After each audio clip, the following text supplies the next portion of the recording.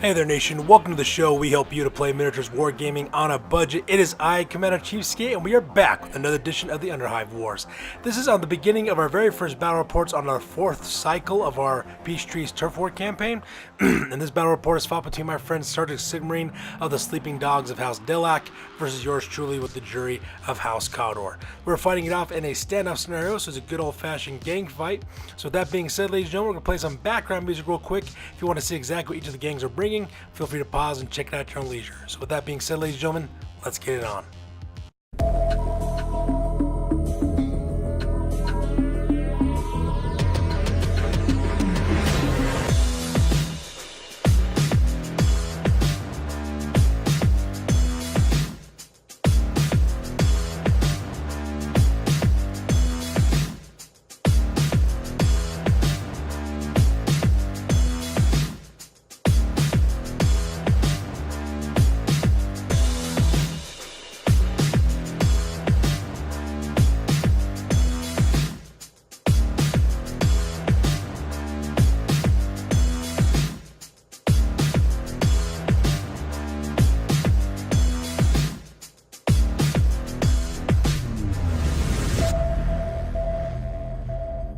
Alright, so let's go and talk about the scenario rules for this one real quick. So it is a standoff scenario, so pretty much the idea of the game is to make your opponent either quit or bottle out just by fighting it out in the wasteland.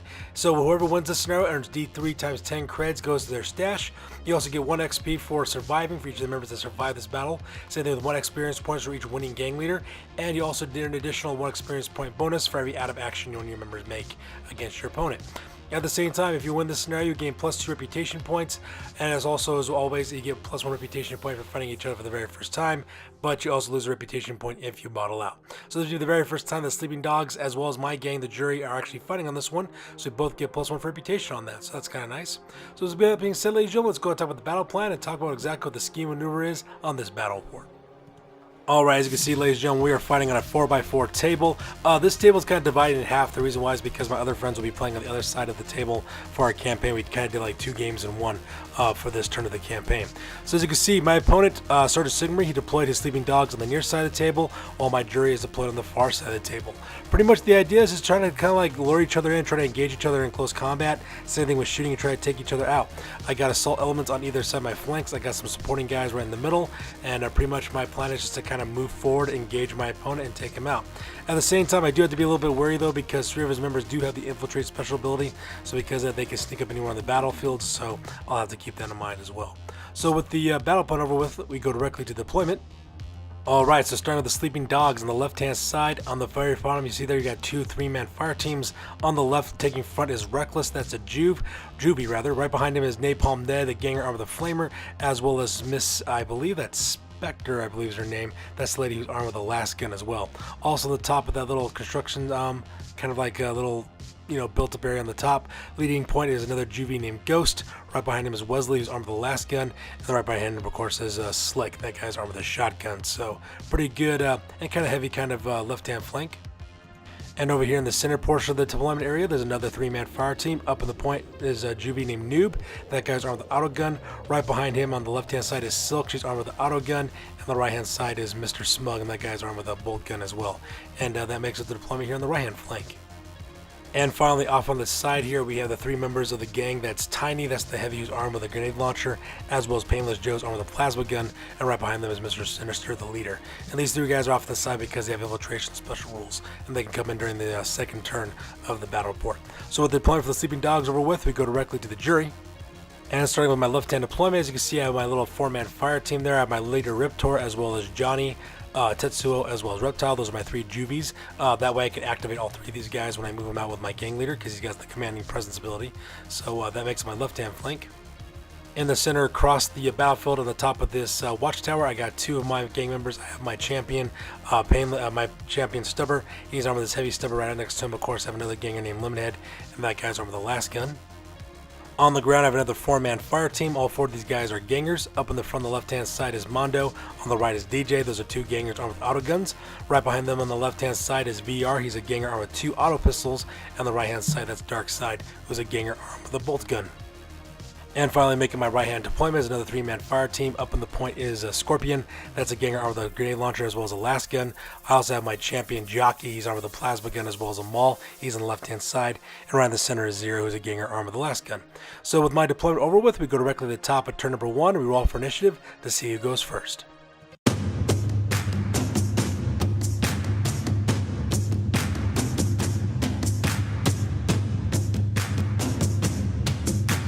Alright, so the Sleeping Dogs have to get priority on this one, so this takes us directly to the action phase. As you can see, the very first thing my buddy does is that he moves up his juvie that's reckless. He moves him up his maximum double movement up to a foot to where that little sight blocker is there to start engaging to my territory.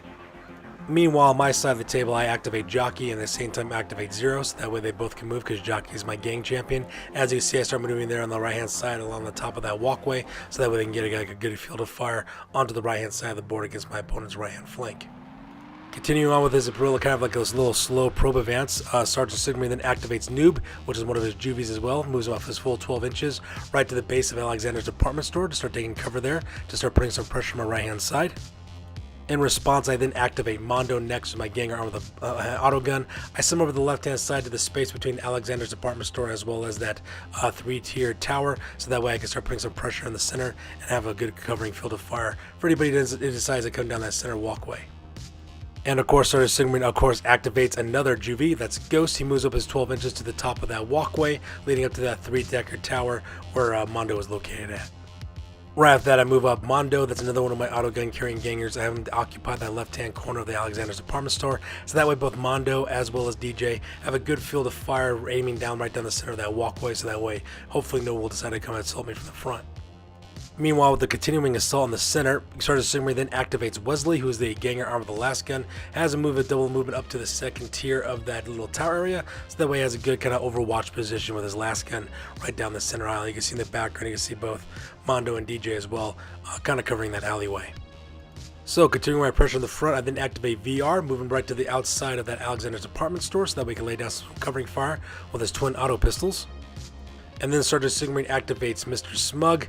That's not Smug, that's Slick. That's the guy's armed with a shotgun, I apologize. He makes him move up a double movement to the top of that little walkway as well. So that way he's up on the same level with Ghost as well as Wesley, providing some overwatch fire for the team that's moving on the left of him. And then activate Dark Side. As you can see here, that ganger with the bolt gun is now providing cover for VR. So that way both those guys can rely on each other in case they get stuck in a firefight. And here's a close-up Sergeant Sigmund activating Miss Spectre. She moves up a double movement as well, right behind that corrugated tin wall, taking some covering positions from incoming fire, at the same time hoping to flank me there on the left-hand side. Next, I activate Scorpion. I move up his normal 6 inches range of movement, so that way he can also shoot with his grenade launcher, because from his position on the top of that walkway there, he has a perfect line of sight image against Noob, which is the juvie he's outside of the Alexander's department store. So I take aim with my grenade launcher and open up with a frag grenade. And as you can see, I land right dab in the middle of that blast. I put the 3-inch blast template on top of him, and I managed to hit him as well. And not only did I manage to hit him, I also managed to wound him as well. So because of that, I roll up on the injury dice to see exactly what happens to this guy. Unfortunately, the only thing I was able to do is put a flesh wound on this guy, so now he has 1 less toughness, which makes him easier to wound in future turns. But, you know, I always want out of action if I get it as well. At the same time, he also gets pushed back an inch as well because of the knockback ability from that frag grenade. So, continuing his assault on the left-hand side, Sergeant Sigmund then activates Napalm Ned, moves him up a double movement as well to the base of that tower, so that way he can start laying some support to both Reckless as well as to Miss Spectre. And that's when I decided to activate my gang leader Riptor as well as my juvie squad, which is Riptor, Tetsuo, Reptile, as well as Johnny. So you can see all I really did is I moved up the normal 6 inches over to the other side of that little walkway there, that little corrugated tin roof. And the reason why is so that way all my former gang members can start opening fire onto the Delaque. So I opened fire with all the juvies as well as Riptor, and unfortunately most of my juvies failed to hit anything. However, Tetsuo was able to put a flesh wound onto Reckless, and then another shot from, I believe it was Johnny, also managed to put him down as well and kind of pinned him. So when they did that, it actually kind of freed up that range of fire area for my next follow-up shot from Riptor. Riptor takes aim with his bolt gun and cuts loose onto Napalm Ned, and not only do I manage to hit that guy, I also managed to wound him as well and also put him out of action, which is pretty fantastic. So first blood goes to the jury on this one, so that was pretty epic. So, starting to put pressure on my right-hand side, my buddy Sergeant Sigmund activates Mr. Smug, which is the guy's armed with a bolt gun. He has him move a double movement over to the walkway there on the right-hand flank of the battlefield. I then activate my champion Stubber as well as Limit Head and have them both fire up onto Ghost, who's on the central walkway or right across the battlefield for me, but unfortunately I missed with both of those guys, so not really much really happened with those two. And finally, my buddy started Signaling that activates Silk, has her spin a double movement, get into that walkway there on the right hand flank as well. And that pretty much makes it the action phase on this one. There is no real need for an end phase really, because nobody else is down to roll for injuries at this point. So because of that, we go directly to the overview of turn number 1. Alright, so here's an overview of the entire battlefield for turn number 1. As you can see, my opponent's trying to put some pressure on the left-hand flank, but I'm responding and actually opening fire with my Juvies, as well as my lead on the left-hand side. He's got a couple of his guys moving up in the center walkway there towards that triple-decker tower. I'm trying to lay down some covering fire with my Heavy, as well as Limit Head, but unfortunately really not much really came of it. At the same time, on the right-hand side, I'm starting to put some pressure with my fire teams over there. Same thing with Sergeant Sigmund, sending a couple of his members over to the right-hand side as well to cause some problems. And that pretty much makes up turn number 1. So that being said, we go directly to the top of turn number 2, and we roll off for initiative.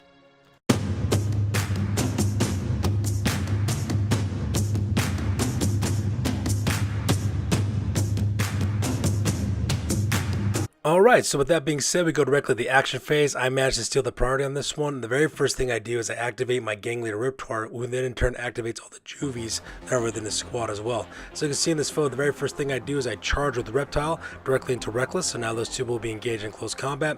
I also spend a double move on Tetsuo to flank on the left-hand side to intercept Miss Spectre, in case she tries to slip around that left-hand side of that Corrugated Steel. At the same time, I do have line of sight for both Riptor as well as Johnny with their guns heading towards Miss Spectre. So the idea is hopefully I can take her out with some gunfire. If I can't, I still have some options left over to kind of deal with her later on. And that pretty much takes place on the left hand side. So this is the aftermath of the action phase on the left hand side here. As you can see, Reptile no problem putting down that Juvie Reckless, so because of that, Reckless automatically goes out of action. He will need to roll up on the serious injury table to see what happens to him. At the same time, I take a pot shot with Johnny against Miss Spectre, but unfortunately I missed. However, Riptor, like a boss, takes aim with his bolt gun. Not only do I manage to also wound her, but I also manage to put her down as well. So you can see there she has like a serious injury table on her, so all she can really do is kind of crawl around. And if Sergeant Sigmund isn't careful and get her out of that field of fire, I'm pretty much going to plan on charging her during my next action phase, so that way I can finish her off in close combat by performing a coup de grace. In response, Sergeant Sigmund then activates Slick, which is the guy armed with a shotgun. He moves up to the edge of that tower and takes careful aim with his shotgun on Reptile. He did manage to hit Reptile with a solid slug from that shotgun. Unfortunately for him though, he was unable to wound Reptile, so Reptile is pinned, and he also gets pushed back an inch as well, as per knockdown rules. So for my next action phase, I'll need to spend a little bit of a basic action to get him back on his feet again. Unfortunately, by doing that, Sergeant Sigmund then exposed Mr. Slick to the incoming firing from both Limit Head as well as Stubber. So because I activate my game champion and activate Limit Head as a result of that, they both cut loose against Slick all the way across the battlefield on the top of that tower. The very first shot was from Limit Head. He managed to hit Ghost, but unfortunately for him, he wasn't able to wound him. So because of that, he gets pinned. But because he got shot so close to an edge, he had to take an initiative test. And unfortunately, Ghost failed his initiative and also fell to the ground as well. Now he's seriously injured as well. So he has to roll off to see if this guy will get back on his feet again with a flesh wound or roll in the serious injury table at the end phase. So that part was kind of nice.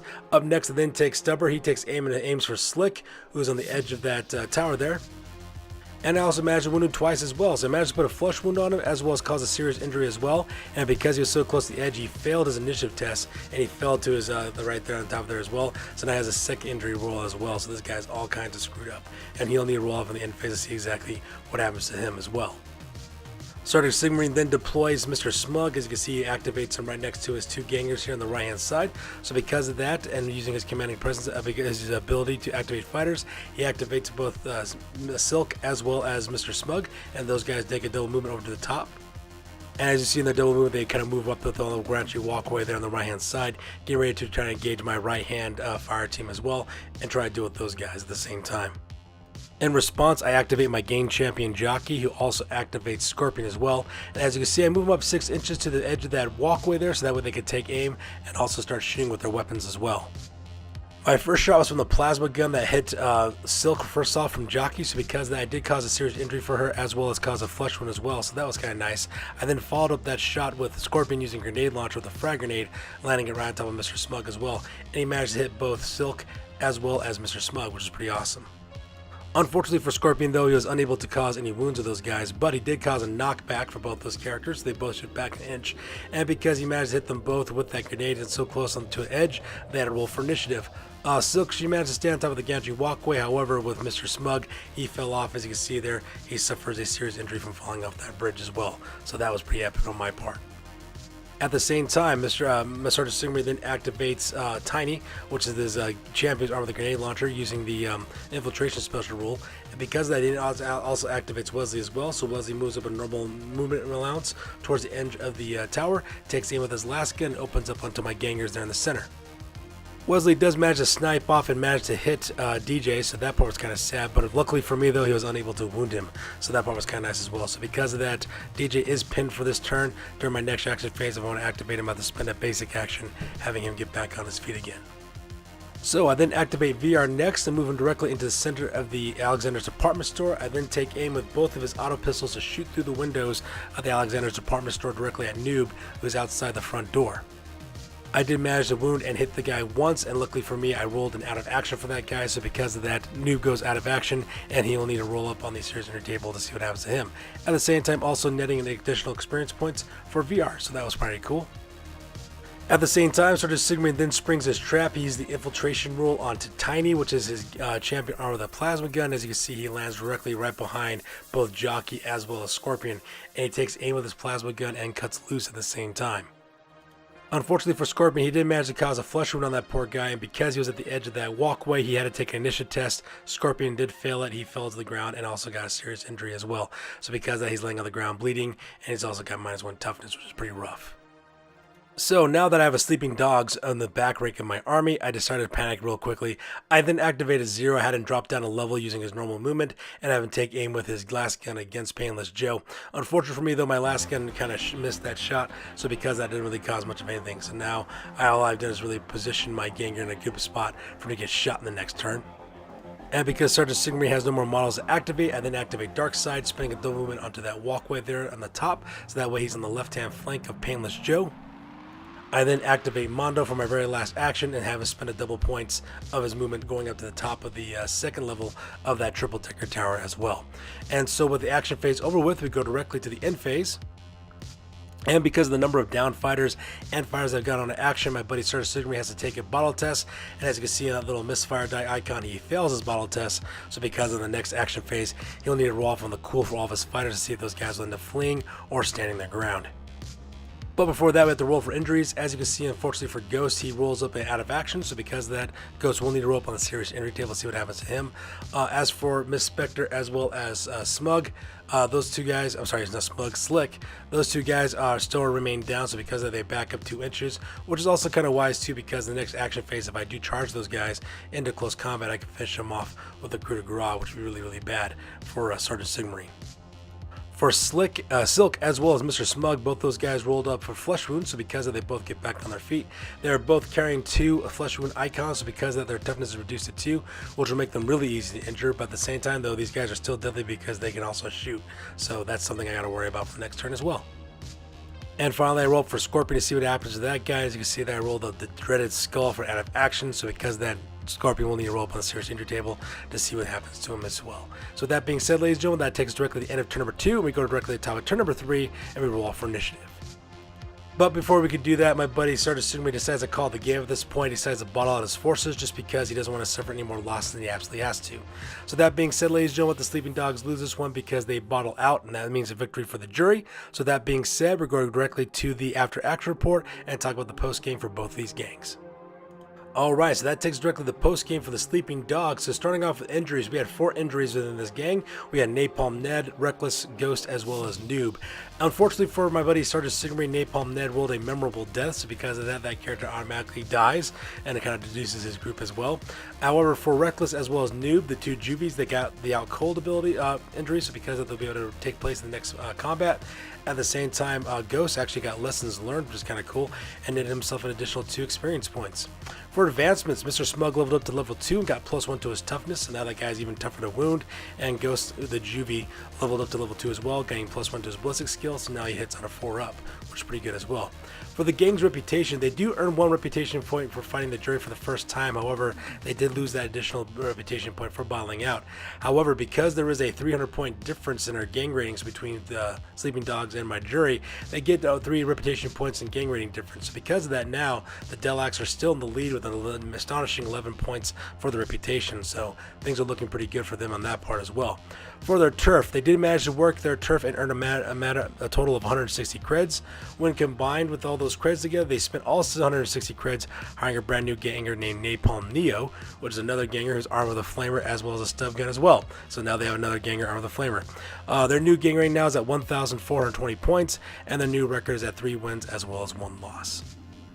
Alright, up next we have the juries. So for injuries, I only had 1 ganger get injured. That was Scorpion. He suffered a grievous injury, so because of that, he will need to miss out the next battle report because he's recovering from his injuries. For advancements, 3 members of my gangs advanced. Riptor, my leader, advanced to level 2, gaining +1 to his ballistic skill, so now he's hitting you on a 3-up.